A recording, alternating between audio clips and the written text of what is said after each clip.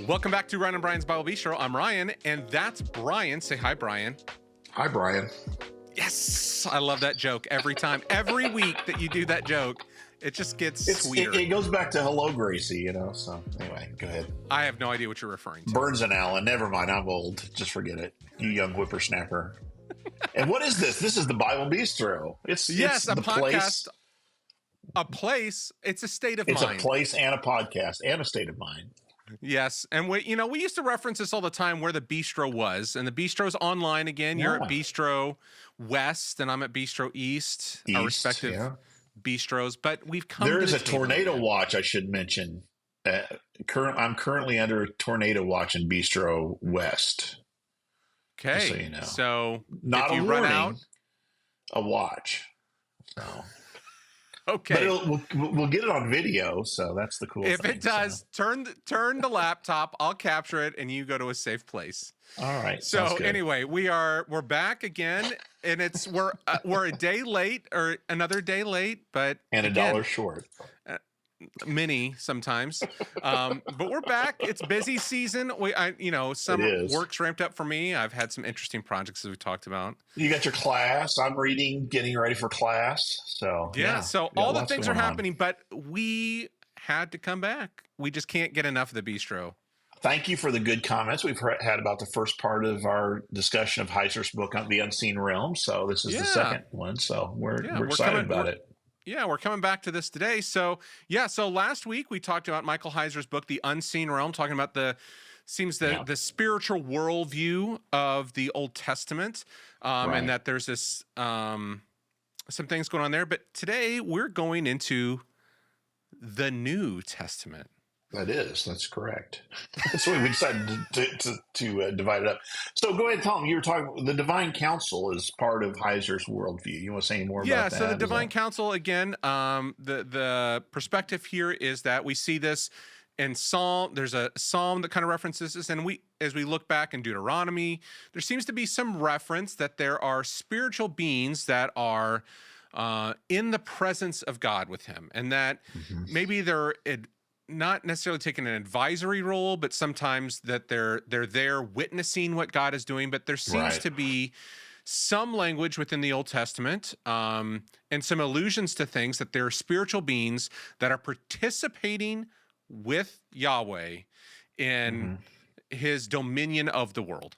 Yeah. Did I say that accurately? Yeah, that sounds good. Heiser he uses the term Deuteronomy 32 worldview, because for him, Deuteronomy 32 is a big deal. He understands Deuteronomy 32 to be a reference back to the account we find in Genesis chapter 11 of the Tower of Babel and this rebellion. And so God kind of scatters the peoples. And we have in chapter 10 of the book of Genesis this table of nations. There's 70 nations that are mentioned there. And so Heiser kind of ties this all together. And he believes that these spiritual beings are given a certain amount of authority over these various nations. Now, Israel belongs to Yahweh, but these other nations belong to the other gods. And so that's kind of the basis for his worldview. Now, I mentioned last week, one of the things I like about it is that there are some passages that it helps us to understand. We talked about some Old Testament passages last week. This week, as you mentioned, we're going to primarily be in the New Testament. And we've just chosen some. Again, it's a big book. It's one I recommend reading. There's a lot going on in it. But the first, so we just pulled out some of the things that we found particularly interesting. One of the things I found interesting, I mentioned that idea of the 70 nations. So this is in Jesus, you might remember in the Gospel of Mark, calls the 12. And it's pretty common for us to say that the 12 are a reference to the 12 tribes of Israel. And this idea that Jesus is symbolically reconstituting kind of a new community of people based on this idea of the 12 tribes. I've just been reading a book. We're hoping to get that author on here talking about how important those 12 tribes are to the New Testament too, because of course we have the return from exile of Judah and Benjamin in the Old Testament, but then there's these other 10 tribes, the ones that are scattered by the Assyrians, that we don't ever see return from exile. And this author makes a big deal. Jason Staples, we're hoping to get him on the podcast at some point. Just finished his book last night and actually ties in some of this stuff as well. But the idea of Jesus choosing the 12 is pretty commonly understood to be a reference to this idea of the 12 tribes. But there is this account in the Gospels where Jesus sends these 12 out, these 12 apostles. And so I'm just going to read part of this. This is in Mark chapter 7, starting in verse 7. It says, "They worship me in vain. Their teachings are merely human rules." Wait, I'm in the wrong place. What did I do? I wrote something down wrong, so I apologize. That's all right. I think it should be Matthew. But anyway, Jesus sends out the 12. It is Matthew. I wanted to read this too. I apologize. That's all right. I'll get this. I'll get Matthew up here. I think I've got it now. No, that's not it either. Okay, I have no idea where I'm talking about. But anyway, the 12 are sent out someplace. If you can find that, that would be great. Yes. And Jesus gives them a command to go out and to preach in these villages. He gives them a certain amount of authority. Did you find it yet? No, I'm working on it. Keep talking. Okay. And I'm eventually wanting to get to this other passage. This was really kind of just background. And so I meant to talk about the 12 first, and then we'll talk about what Jesus does after this. Do you have it? Yeah. No. Okay. I don't. We'll just skip it for now, and maybe we'll do this another day. Okay. So what happens then is after Jesus sends out the 12, then we find him at a later time sending out 70. Okay. And so here's what we have in Luke chapter 10, verse 1. And there's some explanation I have to do here. This is quite a lengthy passage, actually.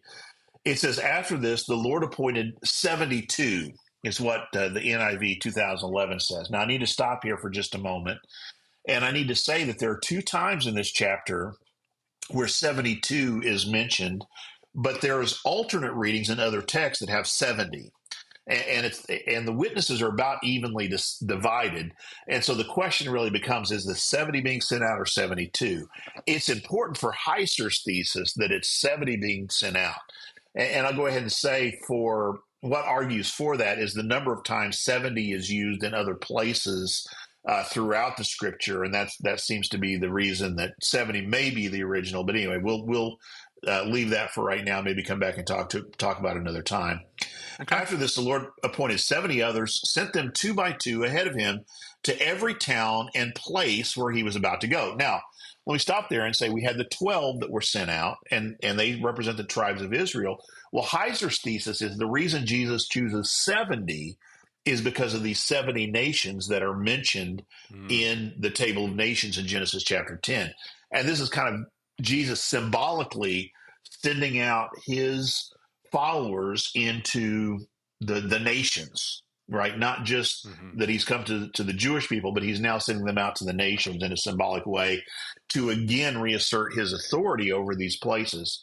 And he told them, "The harvest is plentiful, but the workers are few. Ask the Lord of the harvest, therefore, to send the workers into his harvest field. See, I'm going you out like lambs among wolves. Do not take a purse or bag or sandals, and do not greet anyone on the road. When you enter a house, first say peace to this house. If someone who promotes peace," or this is the old translation, if a man of peace is there, then your peace will return to you. Stay there, eating and drinking whatever they give you, for the worker deserves his wages. Do not move around from house to house. When you enter a town and are welcome to eat what is offered you, heal the sick who are there and tell them, the kingdom of God has come to you." And this is a big deal that Jesus is announcing this kingdom, and now he's appointing these other workers to go and say, God is now reasserting or acknowledging his rule over the nations now, right? Right. There was a period of time where Israel was his, and he placed these spiritual beings over. He's the one who's the ultimate authority, right? But now he is saying the kingdom of God has come. But when you enter a house, he says, or town, and are not welcome, go into its streets and say, even the dust of your town we wipe off from our feet as a warning to you. But be sure of this, the kingdom of God has come near. I tell you, it will be more bearable on that day for Sodom than that town. And then here's a really interesting comment that he says that is a bit different when we think about it from Heiser's perspective. He says, "Woe to you, Chorazin, woe to you, Bethsaida," which are both Galilean villages that Jesus and his disciples spent a great deal of time in. "For if the miracles that were performed in you had been performed in Tyre and Sidon." Now, Tyre and Sidon, you might remember, are these these cities up to the north, these nation states up to Coastal, the yeah. north. We talked about how, nothing good comes from the north. If you look in the book of Isaiah, there's all kinds of, well, in Jeremiah as well, and Ezekiel, there's all kinds of prophecies against Tyre and Sidon, particularly Tyre because of its pride. You might remember we talked about princes last week a little bit, and in the Old Testament, the prince of Tyre is referred to, which is the passage where we get the name Lucifer actually through the Latin. We've talked about that one before. But this idea of Tyre and Sidon, they would have repented long ago if they had seen the miracles you've done. So basically, he's saying these Galilean villages, these foreign nations would have repented a long time ago if they'd seen the things that were done in you. But this is verse 14. It will be more bearable for Tyre and Sidon at the judgment than for you. And you, Capernaum, will you be lifted to the heavens? No, you will go down to, and we're going to talk about Hades a lot today. Hades, the grave, or this underworld we'll talk about. Whoever listens to you listens to me. Whoever rejects you rejects me, but whoever rejects me rejects him who sent me. So that's Jesus sending out the 72 or the 70. So the 70 returned with joy, and listen to what their first thing is. Lord, even the demons, and we're going to come back and we're going to talk about that Greek word daimonion, daimonion, sorry, that the word demon comes from. Even the demons submit to your name. Now that's an interesting thing for them to come back and say, right? That even he sends, and he sends them on this mission, and that's their first thing. And then look at Jesus' reply. I saw Satan fall like lightning from heaven. I've given you authority to trample on snakes and scorpions and to overcome all the power of the enemy. Nothing will harm you. However, do not rejoice that the spirits submit to you, but rejoice that your names are written in heaven. We talked last week about how some of this idea of the snakes might have to do with these spiritual beings, and you could imagine scorpions and these other enemies being a part of that as well.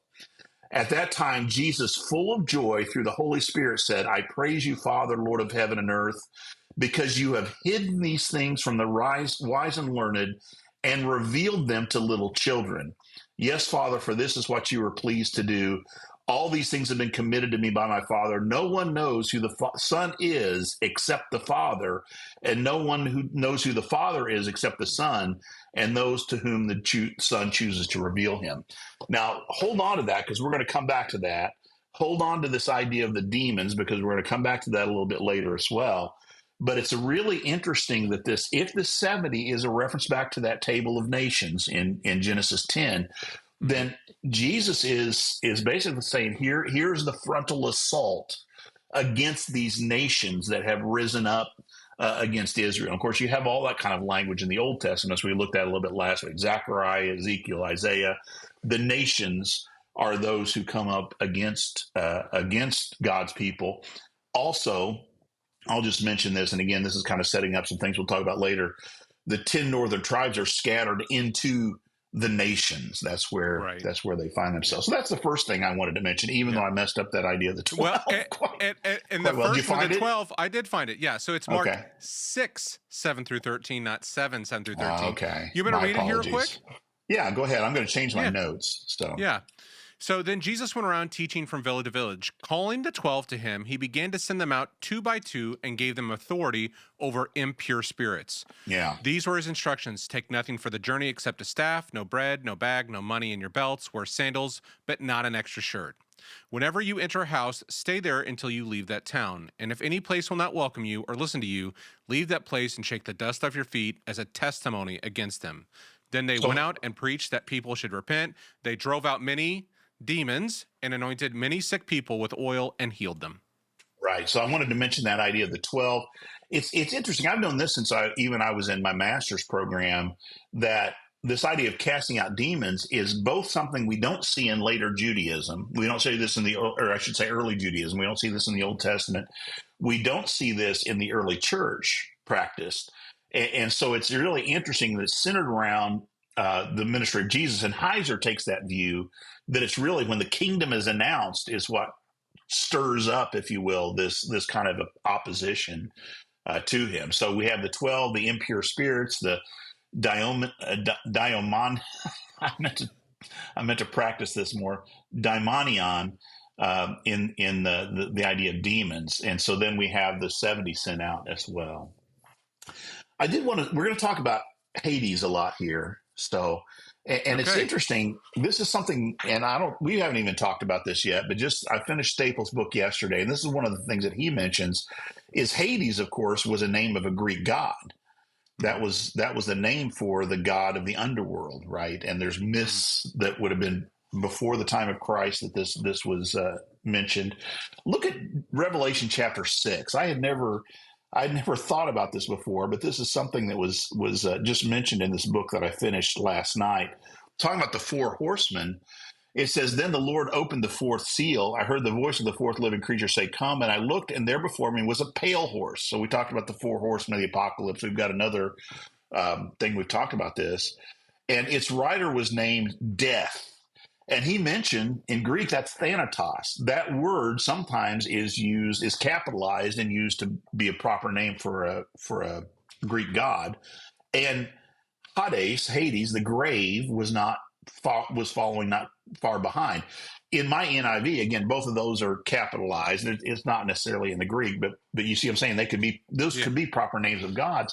And then Staples went on to say, we have that rider on the red horse that's given a sword that basically takes away peace.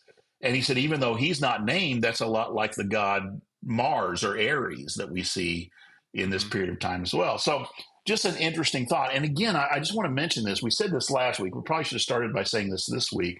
One of the things that Heiser's talking about is trying to understand this from the point of view, from the worldview of the people who were writing these things and living in this time. Even though we might say, well, we don't believe in those kind of things, this is their perspective, and so it's interesting for us to think through, to pay attention to. But anyway, I just thought I would mention this. Like I said, we hadn't mentioned that. Since we're in Revelation, let's look at one more passage. This is in Revelation chapter 12. And we're going to talk a little bit about, we mentioned this last week, that Heiser sometimes sees these stars as these spiritual beings as stars, because the people in the ancient world would have seen them in this way. I made reference to this passage last week, I think, but Revelation chapter 12, verse 3 and 4, this is where we have this image of the woman who has the 12 stars in her crown, and she's giving birth. But then there's this dragon. Verse 3, another sign appeared in heaven, an enormous red dragon. And later, of course, we find out that this is equated to that serpent in Genesis chapter 3, in the book of Revelation, that we find that mentioned. An enormous red dragon with 7 heads and 10 horns and 7 crowns on its head. Its tail swept a third of the stars out of the sky and flung them to the earth. And that's often seen, often understood as a reference to the idea of fallen angels. These spiritual beings that have come to the earth. Heiser would not use the term angel, because he would say angel has to do with a spiritual being, with a task, with these spiritual beings that were cast down. And of course, the dragon was getting ready to attack this child who will rule all the nations with an iron scepter, is the way that it's described, quotation from Book of Psalms. But then down in this same passage, we have another reference that we saw in Daniel chapter 10. It says in verse 7, a war broke out in heaven. Michael and his angels fought against the dragon, and the dragon and his angels fought back. But he was not strong enough. They lost their place in heaven. The great dragon was hurled down, that ancient serpent called the devil or Satan, who leads the whole world astray. He was hurled to the earth, and his angels with him. So, one of the things we need to make clear, we talked a lot about that if these are other gods, if that's what we're understanding in this worldview, they are not equivalent to Yahweh. They're not equivalent to the Lord God and the creator of heaven and earth, right? And the other interesting thing, there's a new book I'm going to read that I just got a reference to yesterday. In this book, one of the points that it makes is these battles, and we've talked about this before when we looked at the book of Revelation, these battles are not close contest, right? These are very one-sided affairs. You have Michael, you have the archangels, you have the spiritual beings that are a part of God's counsel attacking these evil spirits, and and they're able to wipe them out immediately. There is no contest when it comes to that. So anyway, I've talked a lot. Thoughts on that? Anything you want to Y- add to that? Or No, I'd never. I think I'd never thought about, until recently, someone I had a conversation with about this concept of the demons and casting out demons, yeah, all that stuff doesn't really appear in the Old uh-huh. Testament, and we don't see it in, Right. Jewish writings and so forth, and that it seems to be a New Testament concept.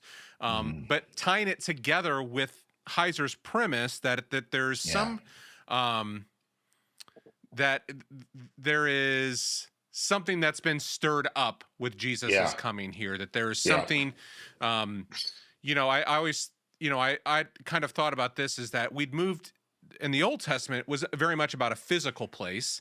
And so keeping the demons or whatever the out on the outside, but now with right. Jesus coming, it was a spiritual kingdom. And so like Hmm. no place was safe anymore for these Right. demons to hide. Well, it's even the other way around. Yeah, it's almost an offensive, right? It's the war. Yeah. It's the war in heaven where these followers of the Messiah are being sent out into all the world. And you think about all that language about evangelism. Go into all nations, right? Preaching Mm-hmm. and making disciples of all nations. So it's an offensive, right? Right. This idea that the followers of Jesus are on the offensive now, and they're establishing the kingdom, expanding the kingdom, which is language we use and are comfortable with. But when you think of it in the spiritual realm, it kind of gives it a different aspect that we don't always think about. Yeah. Yeah, absolutely. Yeah. One more passage I'd forgotten this. I think I had this Deuteronomy chapter 4, verse 19. And this was just something, again, I'm springing this on you too, Ryan. I like to do that from time to time, I just know. spring things I got it. unexpectedly on you. I've already pulled it up. Okay, go ahead and read that. Just that verse. And there's more in that larger context, but just read that verse for me if you would. And when you look up to the sky and see the sun, the moon, and the stars, all the heavenly array, do not be enticed into bowing down to them and worshiping things the Lord your God has apportioned to all the nations under heaven. Isn't that interesting? So that goes along with that Deuteronomy The stars have been 32. apportioned to the nations. And again, if the stars are these spiritual beings, but Mm-hmm. notice the other part of it is why would Worship you be them. enticed to worship them? Right? Yeah. There's a specific injunction for you not to bow down to the starry host here, basically. And Mm-hmm. so, again, it's one of those things that maybe a month ago I would have read right by and never thought about. But Mm-hmm. and I do want to come back and talk about. I think Heiser has another really interesting idea in relation to what we were talking about, the casting out of demons and this surrounding the time of Jesus. I want to come back to that a little bit later. There was a passage you mentioned specifically. We already talked about Hades or Hades a little bit. And of course, again, he's the god of the underworld. There are all kinds of Greek myths about him. And so here's a passage you found particularly interesting. Do you want to read that, or do you want me to have? Yeah. You Let want me me to pull read it that up here for real you? quick. Okay, I'll Um, let you talk about this when you're. it was very interesting to me. When Jesus came to the region of Caesarea Philippi, he asked his disciples, "Who do people say the Son of Man is?" They replied, "Some say John the Baptist, others say Elijah, and still others Jeremiah, or one of the prophets." "But what about you?" he asked. "Who do you say I am?" Simon Peter answered, "You are the Messiah, the Son of the living God." Jesus replied, "Blessed are you, Simon, son of Jonah, for this was not revealed to you by flesh and blood, but by my Father in heaven. And I tell you that you are Peter, and on this rock I will build my church, and the gate of Hades will not overcome it. I will give you the keys of the kingdom of heaven. Whatever you bind on earth will be bound in heaven, and whatever you loose on earth will be loosed in heaven." Then he ordered his disciples not to tell anyone that he was the Messiah. So, I think what was really interesting to me about this passage, as Heiser kind of pointed out, is where the location of where they're Mhm. at. during this Yeah. encounter. And it talks about there being a high place. And I think you mentioned this last week, that mountains are really important for Heiser, where we see like there are events that are taking place on certain mountains. And what is the mountain that he says that they're on here? Do you remember? Well, it's up to the north. It's that up to the north, and it's related to Bashan in the Ugaritic Yes. Yeah. language. Yeah. Bashan. And so in archaeology, as he looked up there, that this mountain Bashan up there was a place where there was a lot of worship of different gods up in this place. And so how Heiser has looked at this is he sees upon this rock, I will build my kingdom, is that it is upon this mountain where these other gods have been worshiped. Like, upon this rock, I'm going to build my kingdom. Upon this place where these other Elohim have been worshiped and exalted, I'm going to take that over. And Heiser points this out, and I think this is the thing that really got me. He talked about, and the gates of, what is he? Hades. The gates of Hades will not overcome it. And Heiser points this out. He's like, what are gates for? Right. They're defensive measures, like to keep people out. And so he sees like, well, this isn't about a defensive, like you're going to be the defense. It's you're the offense. The gates of Hades will be broken down. The gates of these gods will be broken down. We often think about the gates of hell like, oh, we're cowering back behind the walls, and we're hoping that the powers of hell don't come in on us. When really what Jesus is saying is we're going to be the ones, their gates cannot stand. The kingdom is going to expand into these areas that have been controlled by the false gods. And I'd heard that kind of thing before. In fact, I think I mentioned to you before, I may have mentioned on the podcast, when I worked down the Dominican Republic, there was one of the leaders down there named Tim. And sometimes you'd say, well, what are we going to do today, Tim? He said, oh, we're just going to be kicking down the gates of hell. We're going, we're expanding the kingdom into these areas that have previously been controlled by the forces of evil. Right. And so it's an interesting idea. And even Hades, I believe, was specifically one of the gods that was mentioned as being worshipped up in this particular area. There was actually a temple or a shrine, a high place that was to these gods. And Jesus maybe intentionally takes them up there and says, who do you think that I am? And basically this is that high point in the Gospels where, well, we believe you're the Christ. Peter, I believe that you are the Christ, the Son of the living God. And then he's like, this has not been revealed to you by man, but by my Father in heaven. And I want to come back to that in just a minute too. Anything else that you wanted to mention? Well, and then shortly, Heiser brings us up shortly thereafter. He believes in the transfiguration is happening on, we don't have the exact name of the mountain, but he sees it as the high mountain. Yeah. So Heiser sees this high mountain that takes the transfiguration of Jesus, which takes place in chapter 17. We just read from chapter 16, where the transfiguration takes place, and we see this Jesus is glorified and his face is shining and all this stuff is on the mountain where Hades would have been worshipped, would have been considered the gates of Hades. So I thought that was a really interesting, I had not, I know you're much more readed than I'm saying it even wrong just to be, but when I had always read the gates of Hades will not overcome it, the way that language rolls out, like for me, it seems like the gates of Hades are the offensive, not the defensive. And so, I mean, part of this is translation and so forth. And so for me to kind of reorient my brain and kind of going, why this mountain for the transfiguration? Why this statement? Like, what do I think about when he's saying upon this rock? We said this in the first episode, some explanatory power. Like for me, it's kind of going like, okay, there's a little, the neurons are making some different connections here and firing a little different as I read some of this stuff. I was just thinking about this last week.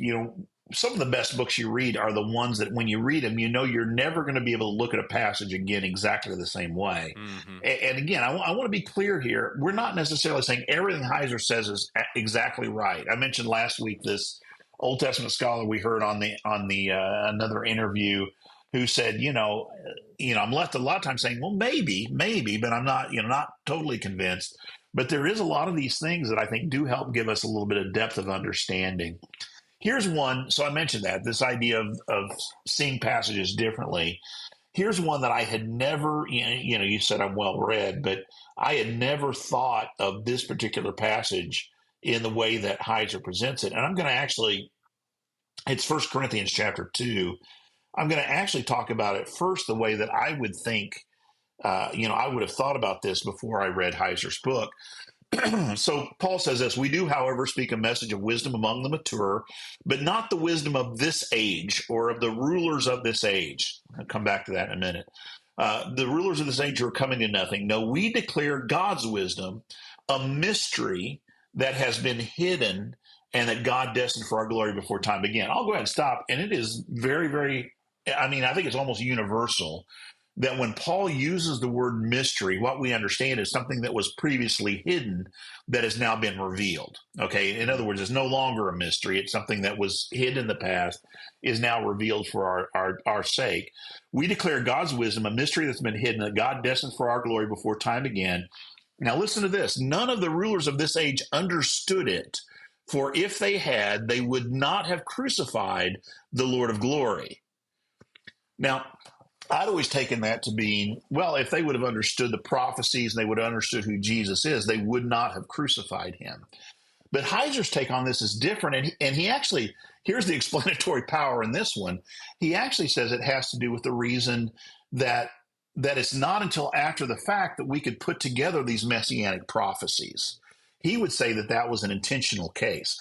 So we have Old Testament prophecies about the coming of the Messiah, who was going to be this king and who was going to rule and who was going to have an eternal kingdom. But then we also have these other passages that are about a suffering servant, like in Isaiah, about the one who's going to be crushed, about this idea of the one who's going to die. And he says those are not put together. In fact, he says we never see the idea of Messiah in those passages, and it's not put together until after the death, burial, and resurrection. And he says the reason for that is that it's the way that God essentially defeats these forces of evil. He defeats them not through a frontal assault by the Messiah, right? It's not through some kind of military battle of the Messiah, but it's what Michael Gorman would call the cruciform God.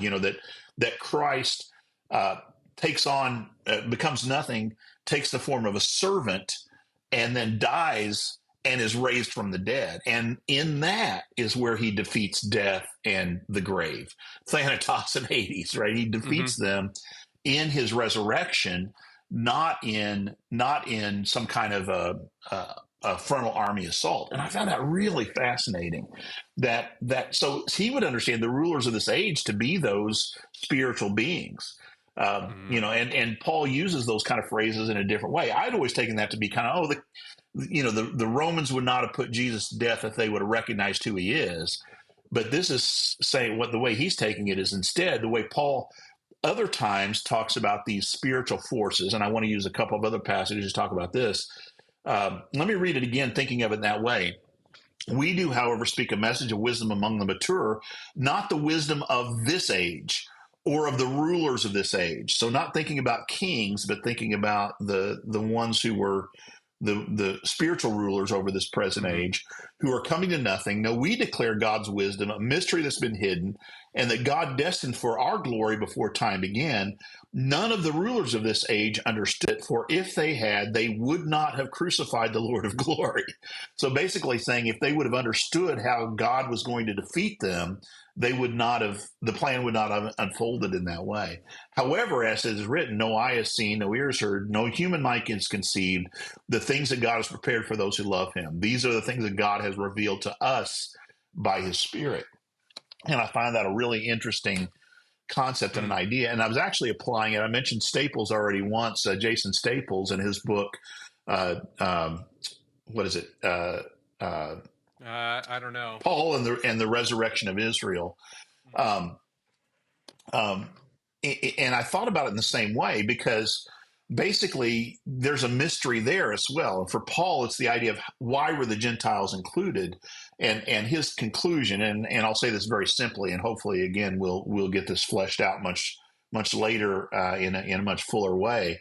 But the way that that all of Israel was brought back from exile and was restored was through the Gentile mission. In other words, as the Gentiles were, or as the 10 tribes were scattered into the nations, then they became a part of the nations. And so it's in the Gentile mission and bringing in the nations, preaching the gospel in all nations is the way that restoration of Israel takes place.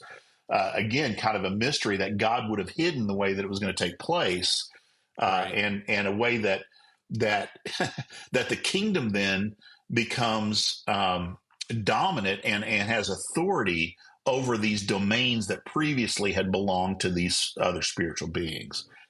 Just a very similar parallel there in that idea. Let me use one more passage from Paul, and then I think there was a passage from 1 Peter you wanted to talk about a little bit. Yeah.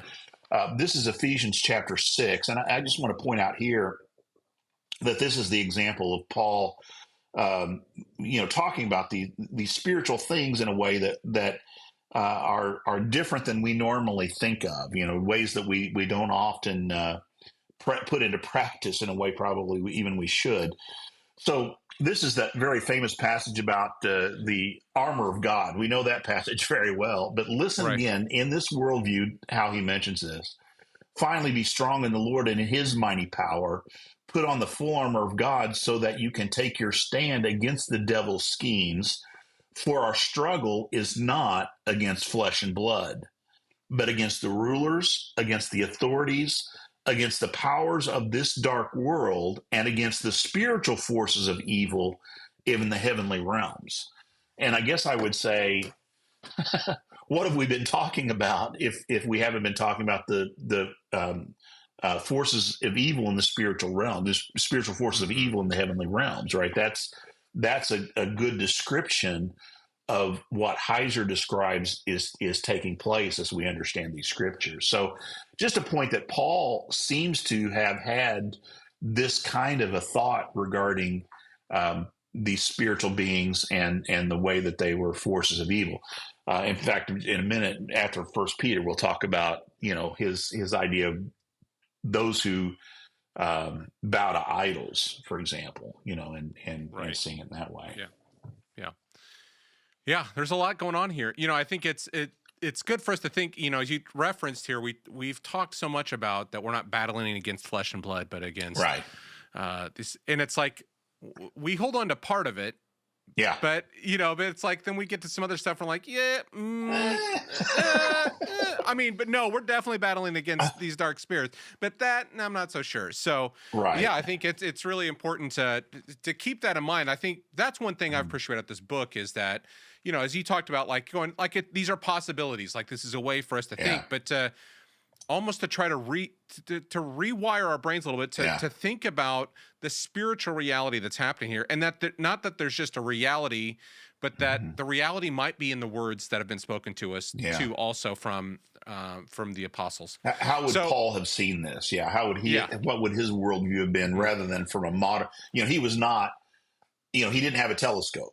He wasn't an astronomer, right? And so and that oftentimes we always read it as flat, as not a spirituality. Like, well, Paul is just expounding on this, and this is what he means. But like that, there actually might be something more happening in the text that ties it to this.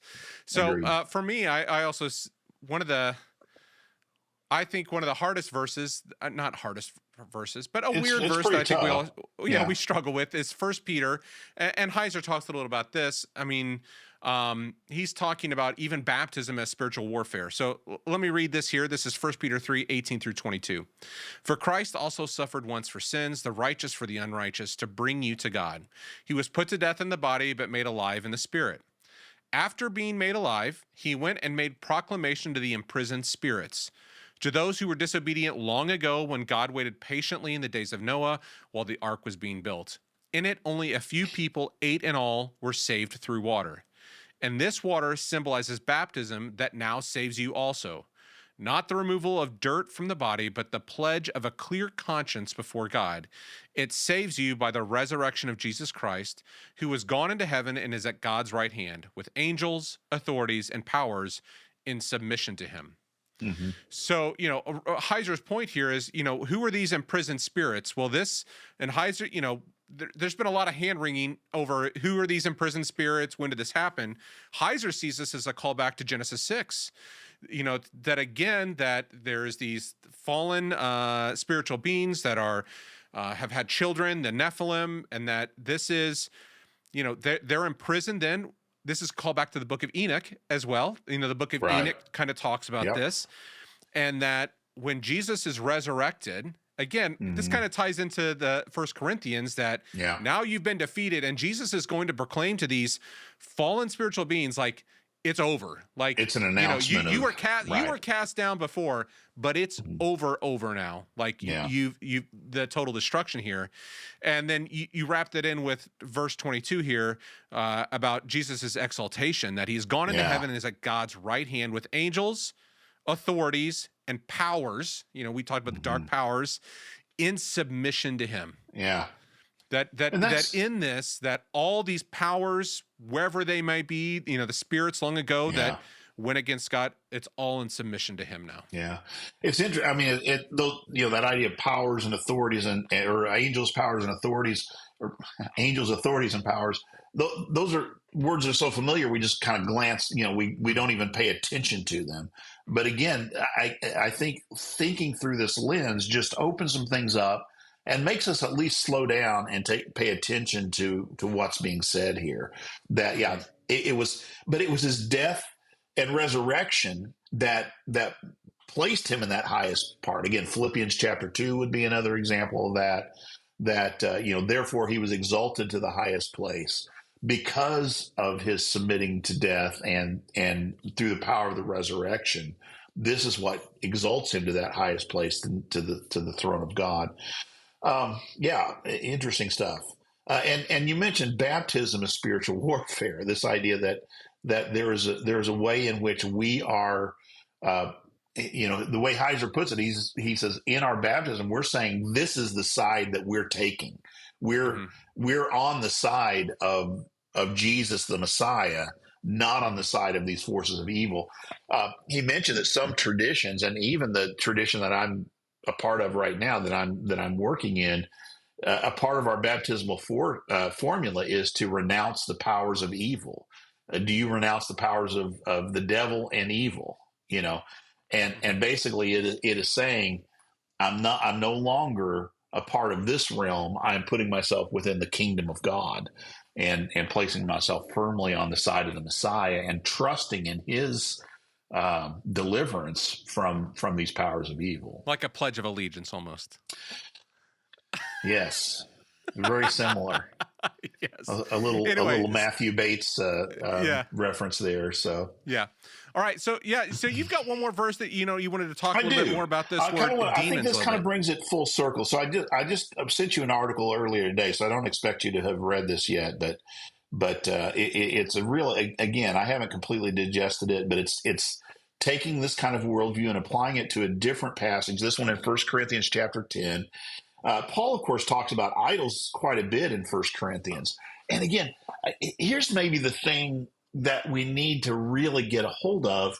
Do you remember when Paul, this was in Ephesus, do you remember when Paul went to Ephesus and he started preaching, and so many people became converts that the people who were making the silver idols, Artemis, got upset with him. Like, right? Yes.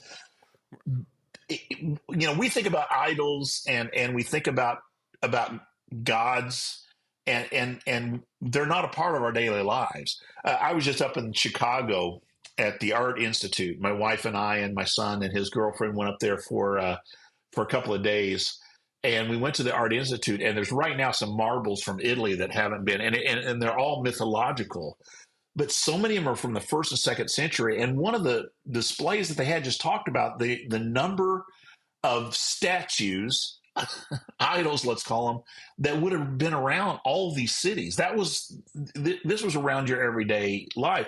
It did a couple things for me. One is I've always had students say, well, how do people know these stories? And there's so many of these stories that are depicted in these statues over and over again.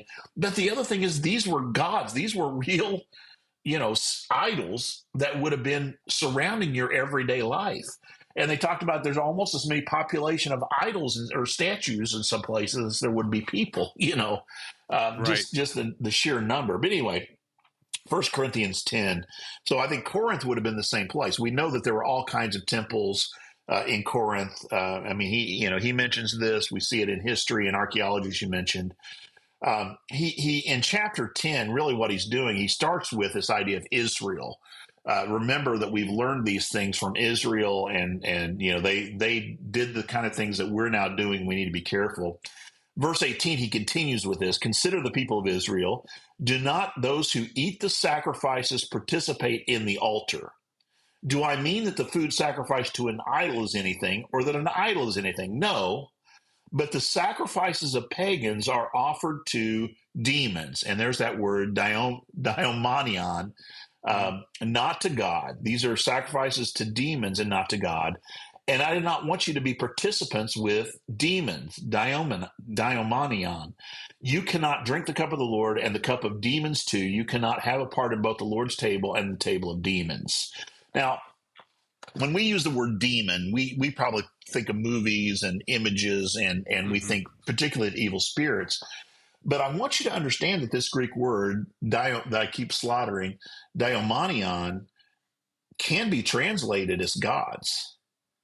In fact, let me show you one place in the Septuagint, or in the law, in the Greek translation of the Hebrew Bible, where it is translated. Do you have Deuteronomy 32:17? I will pull it up right now. And remember, Heiser calls this perspective the Deuteronomy 32 worldview.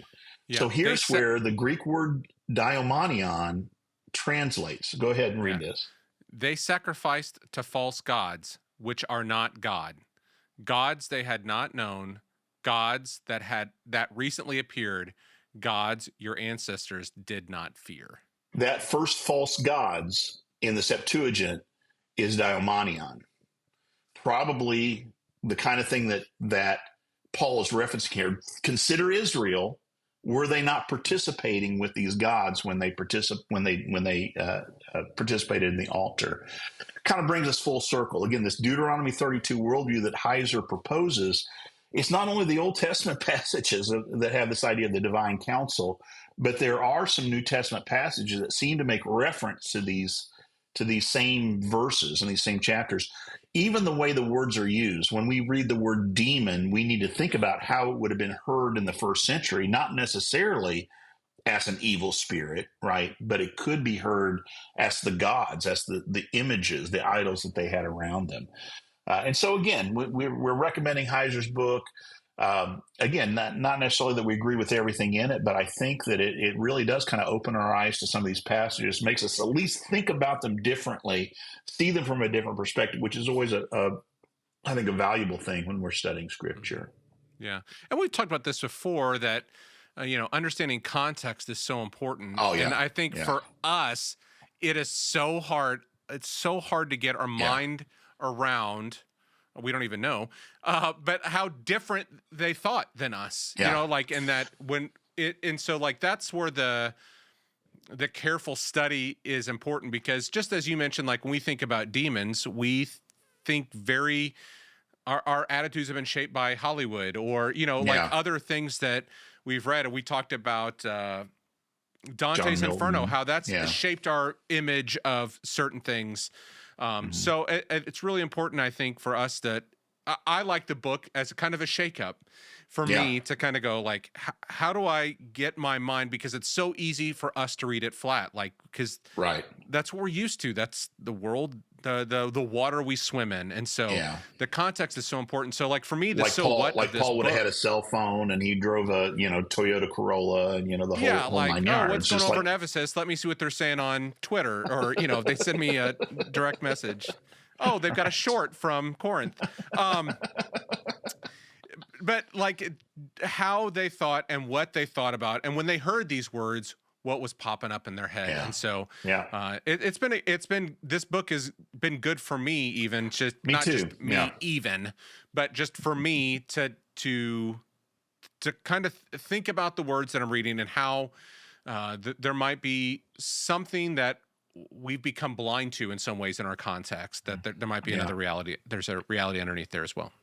If you want to read this book, we've got others on our website. We've got a little bookstore there. We just encourage you to go through there. If you want to buy this, go through there. It helps out with the podcast. It costs money to do this, and so we encourage you to get your books that way. We encourage, and we got some, again, hopefully some exciting interviews coming up. Encourage you to go onto our website, thebiblebistro.com. Thebiblebistro.com. Yes. You usually do this part. The Bible Bistro. Thebiblebistro.com, and check it out there. Send us a message if you're going to read the book, or if you read it and like it, or if you didn't like it, you disagree, whatever. Send us a message. We'd be happy to hear from you. Make suggestions. If you want to support us, there's a link there that you can support us as well, and we encourage you to do that. We enjoy doing this, and we hope it's valuable to you. We hope it helps you out with your walk and the way that you minister as well. So blessings on you. Yeah. Thanks, Brian. Yeah.